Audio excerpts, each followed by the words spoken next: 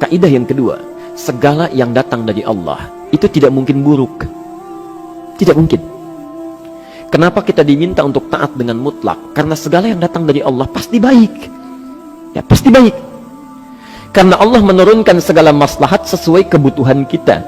Cuma manusia kadang-kadang, maaf, menginginkan sesuatu dengan pikiran pendeknya yang bukan kebutuhannya. Al-Baqarah 216. Agak pelan-pelan kita ya.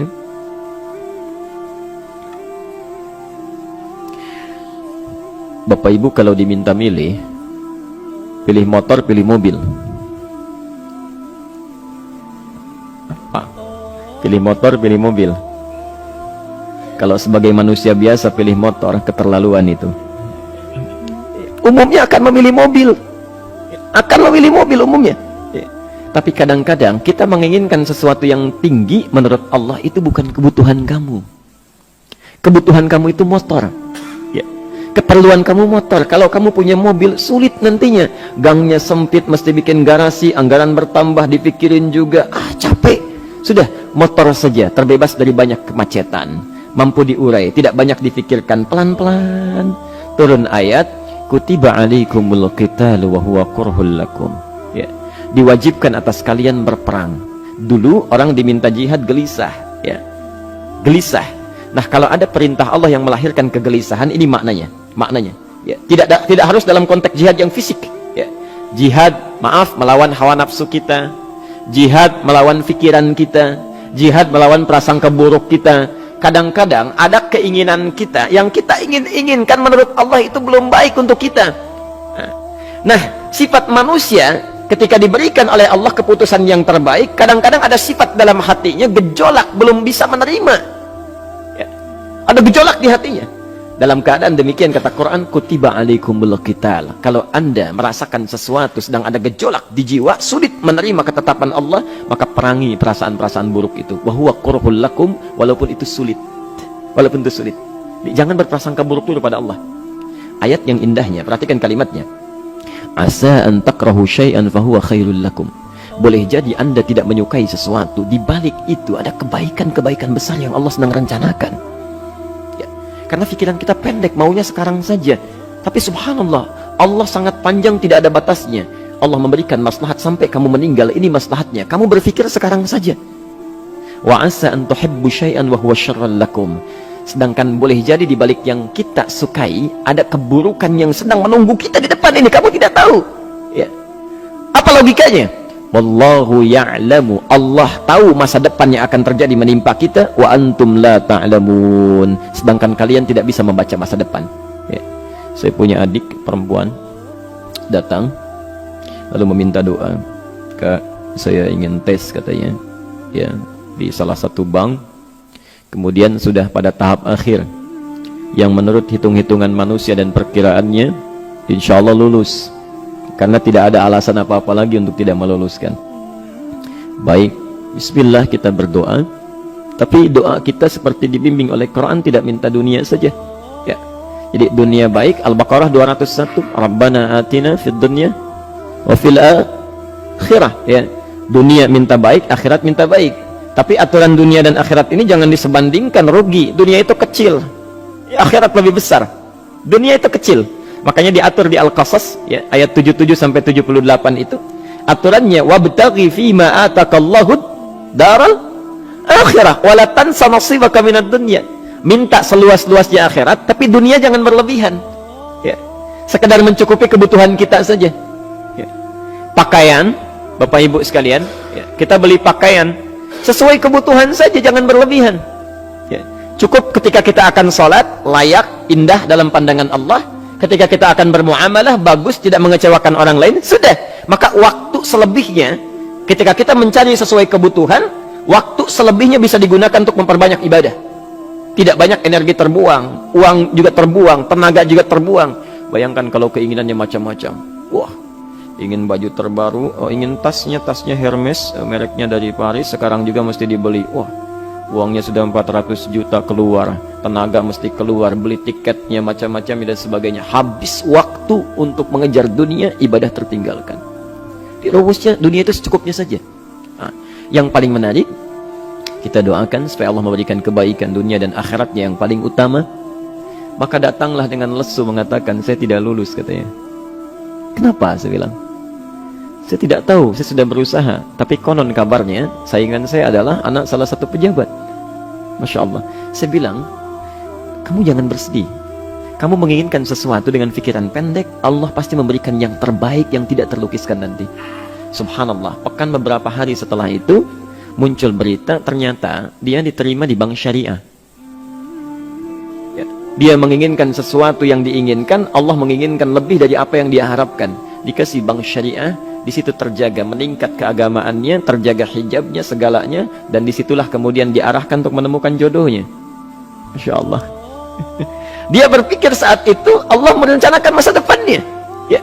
Jadi apa yang Allah sudah rencanakan pasti baik, Pak, Bu.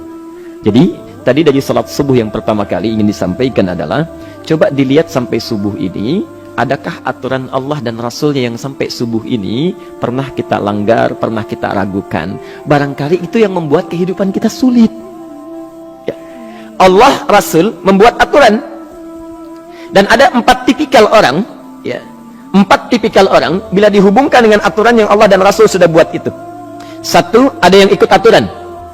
Maka orang seperti ini, kata Quran, yuridullahu bikumul yusra wala yuridu bikumul usra. Al-Baqarah 185. Allah menginginkan kemudahan, tidak menghendaki kesulitan dalam hidupmu. Ya. Maka dibuat aturan, yang ikut aturan Allah pasti mudah hidupnya. Ya, pasti mudah hidupnya. Ya. Rizkinya mudah, hidupnya mudah, nyaman, enak. Ya. 1, ada yang ikut aturan. Yang kedua, ada yang keluar aturan. Ya. Ini pasti repot. Pasti repot. Di awal-awal seperti menyenangkan, ujung-ujungnya repot.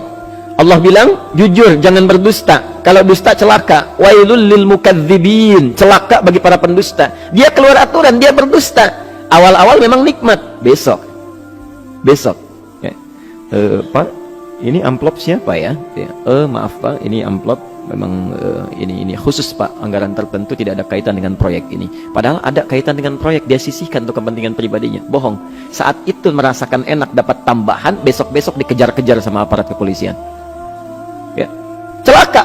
Wail, itu sudah keluar aturan pasti celaka. Ya. Subhanallah. Jadi ada orang kedua keluar aturan. Yang ketiga bikin aturan sendiri. Dikasih aturan, dia bikin aturan sendiri. Subhanallah. Kalau sakit, dibuat ketentuan.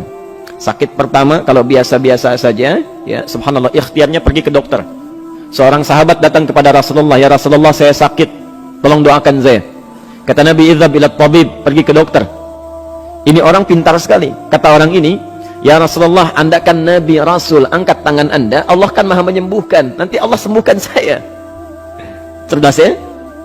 Tapi subhanallah, Nabi harus lebih cerdas, dapat bimbingan dari wahyu. Pergilah ke dokter, karena kesembuhan yang telah Allah tetapkan dititipkan di tangan para dokter.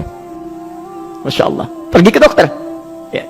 Itu rumus pertama. Nanti kalau dokter sudah pada hand up, ya, angkat tangan, tidak mampu menyembuhkan, itu tandanya Allah ingin langsung menyembuhkan tanpa turut campur makhluk yang ada. Maka kaidahnya akan berubah nanti. Ya. Dari kaidah biasa kepada kaidah Al-Anbiya ayat 83 sampai 84. Itu aturan yang menyembuhkan langsung dari Allah Subhanahu wa ta'ala. Tapi kalau Anda sakit, perginya ke dokter. Ya. Cuma ada manusia bikin aturan sendiri. Sakit, pergi ke dukun. Ya. Dukun nggak bisa, pergi ke paranormal. Dirinya pun sudah nggak normal. Makanya disebut paranormal, karena nggak normal. Ya. Tapi didatangi juga, gitu, bikin aturan sendiri. Karena itu jadi lebih sulit hidupnya. Ya. Doa, minta pada Allah, kan sederhana.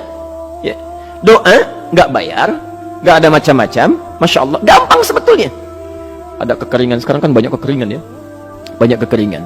Dikasih rumus, subhanallah, dikasih rumus yang tidak perlu pakai biaya, meluangkan waktu, itu pun berpahala juga. Dunianya dapat, akhiratnya melimpah. Ya. Dikasihlah salat istisqa, Masya Allah, tinggal minta, memohon kepada Allah. Salat, mengangkat tangan, mohon pada Allah, subhanallah. Manusia tidak bikin aturan sendiri. Digarami saja. Orang garamin sayur, dia garamin awan. Cari biaya miliaran, terbang pakai pesawat. Kalau Allah tidak berkehendak, ya sudah. Ya. Ayo silahkan, berapa biaya yang mau kamu kumpulkan, tenaga yang kamu kumpulkan, silahkan aja. Ya. Yang ini hujan, bikin kering lagi di sana. Sana hujan, bikin kering lagi di sana. Mau sampai kapan? Ya, dikasih yang gratis tinggal muncul. Cuma manusia bikin aturan sendiri, ya susah hidupnya. Itu yang ketiga. Yang keempat, ada orang nggak mau diatur. Allah bikin aturan, dia nggak mau diatur. Ya, Masya Allah, ini yang luar biasa. Inilah yang fasik. Fasik itu keluar dari aturan, menyimpang, tidak mau diatur dia. Ya, tidak mau diatur. Karena itu Bapak Ibu sekalian, dari ayat yang pertama ini, ya, mari kita evaluasi sampai dengan hari ini subuh.